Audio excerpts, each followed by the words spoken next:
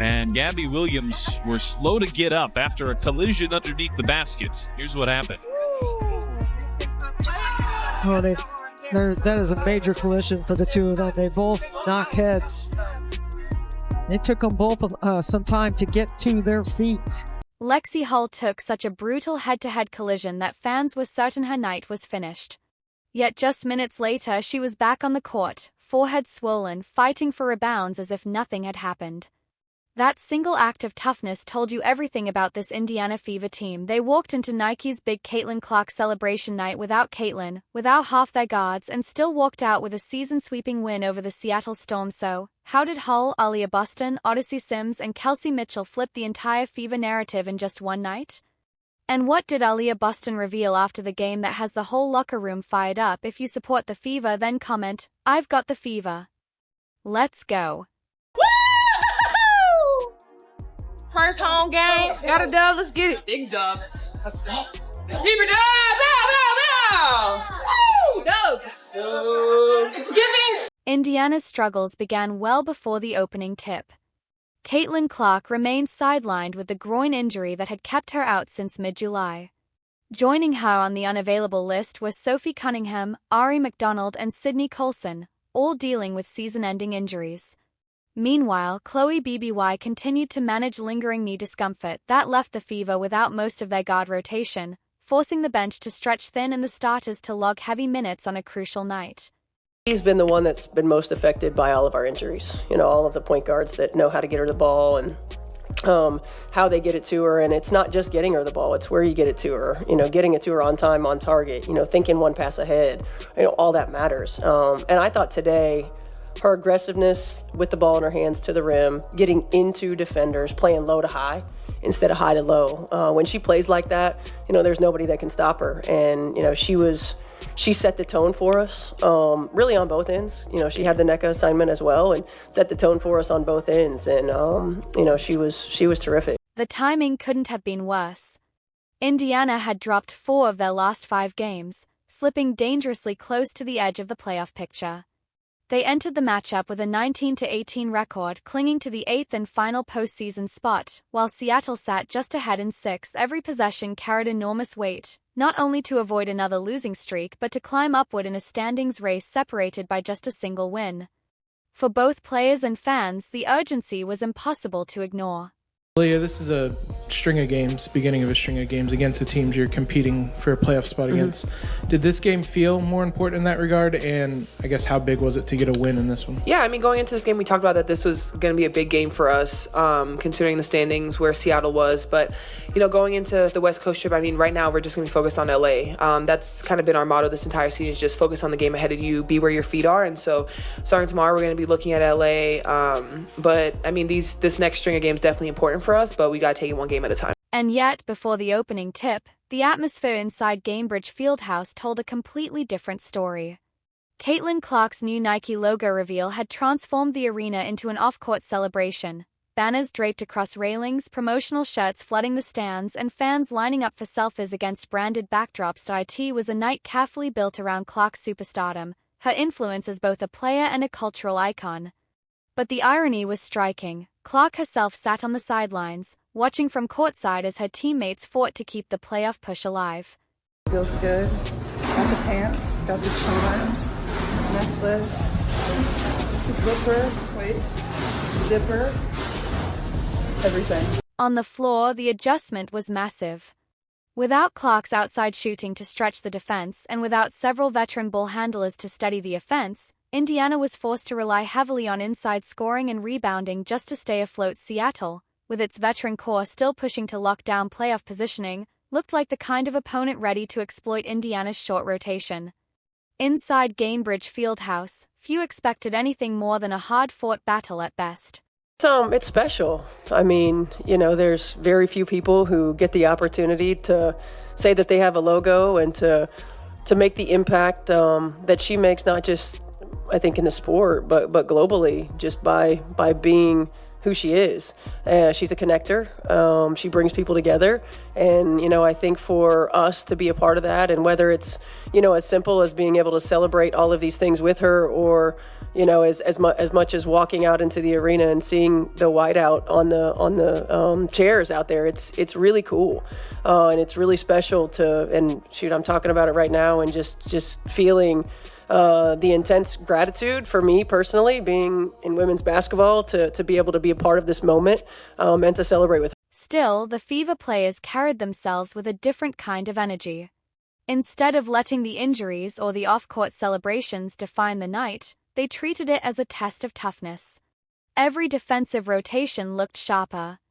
Every box out carried a little extra contact. And the crowd, fueled by Clark's presence courtside but desperate for someone else to rise, began to rally behind the fight on the floor. It was in that fragile, high-pressure environment that the defining moment of the night arrived, one collision that captured all of Indiana's resilience in a single scene. And Gabby Williams were slow to get up after a collision underneath the basket. Here's what happened. Oh, that is a major collision for the two of them. They both knock heads. It took them both some time to get to their feet. It happened early in the first quarter. Lexie Hull and Gabby Williams both dove for a loose ball under the basket when their heads collided with a sickening thud. The sound echoed through the arena as both players crashed to the floor. Williams stayed on the bench, but Hull immediately walked to the locker room, clutching her forehead. Cameras captured the swelling almost instantly, a visible bump that made fans inside Gainbridge Fieldhouse and those watching at home wince in shock. The arena fell silent. With Hull joining 5 other injured teammates, it suddenly felt like Indiana had reached its breaking point. On that play. Well, I didn't know exactly what happened when it happened. It was kind of just like a clash. But looking at the video, it just, Gabby and I ran into each other. Unlucky. I think we both have knots on our heads, so we both kept playing, so that's all right. Were you pretty dazed when you... Yeah, I think it's more like what just happened, big collision. I just need some time. Felt my face, felt a growing knot, so that doesn't feel... Fans assumed her night was finished.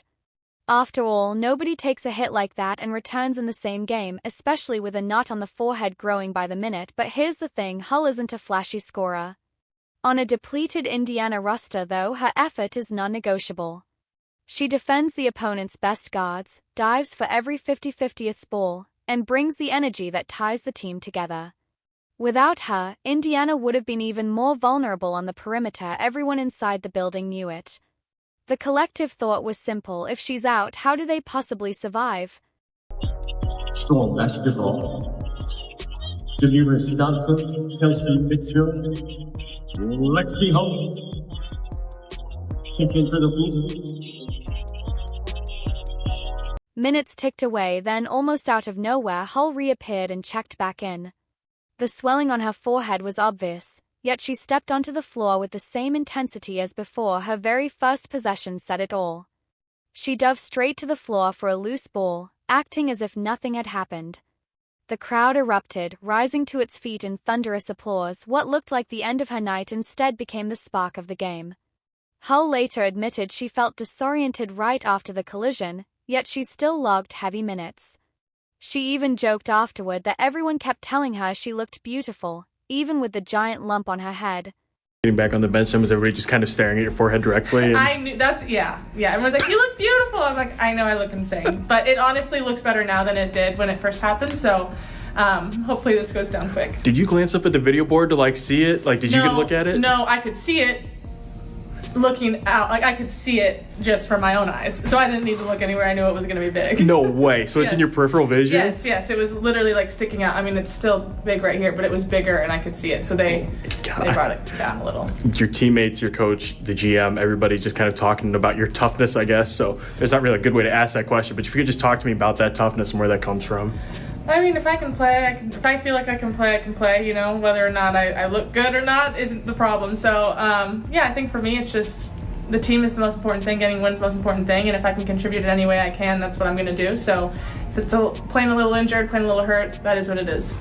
That decision to keep battling spread through the team instantly. The bench noticed. The starters noticed. And Aaliyah Boston made it clear afterward. She called Hull the definition of tough. Her tea wasn't just praise. It gave a name to the identity the Fever displayed that night.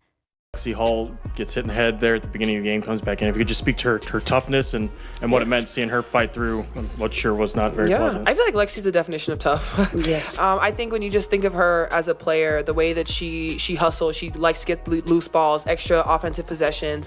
That's what she does. I mean, she got hit, she came back and just continued to contribute again. Was a pest on defense, just making her presence felt, offensive rebounds, and that's just who Lexie is. Their coach saw it the same way. Stephanie White called the collision disgusting but described Hull as unshakable. White explained that Hull never shows when she's hurt, she just gets back up and competes on every possession. And that's exactly what she did. Yeah, I mean, that was disgusting. I don't know if y'all saw it, but I mean, it's who she is. She's just a tough young woman who battles every possession, and you can never tell if Lexie does, if she's hurt, if she's injured, if she goes down, if she gets back up. She just always has the same expression, and she just plays her butt off. And I'm thankful that it wasn't worse, and thankful that she was able to come back. But she really kind of epitomizes the toughness and the grit of this team. The numbers backed it up. Hull finished with 9 rebounds and a team best plus-minus of +31. Her grit and defense disrupted the Storm's rhythm while holding together lineups that looked patched on the fly. Her return completely flipped the energy inside the building, sending a clear message. This wasn't going to be a game about simply surviving. It was going to be a game about making a statement. Bouncing. Boston can't finish inside, but able to tap it back out. Hull tracks it down and steps into a 3 and connects. I know.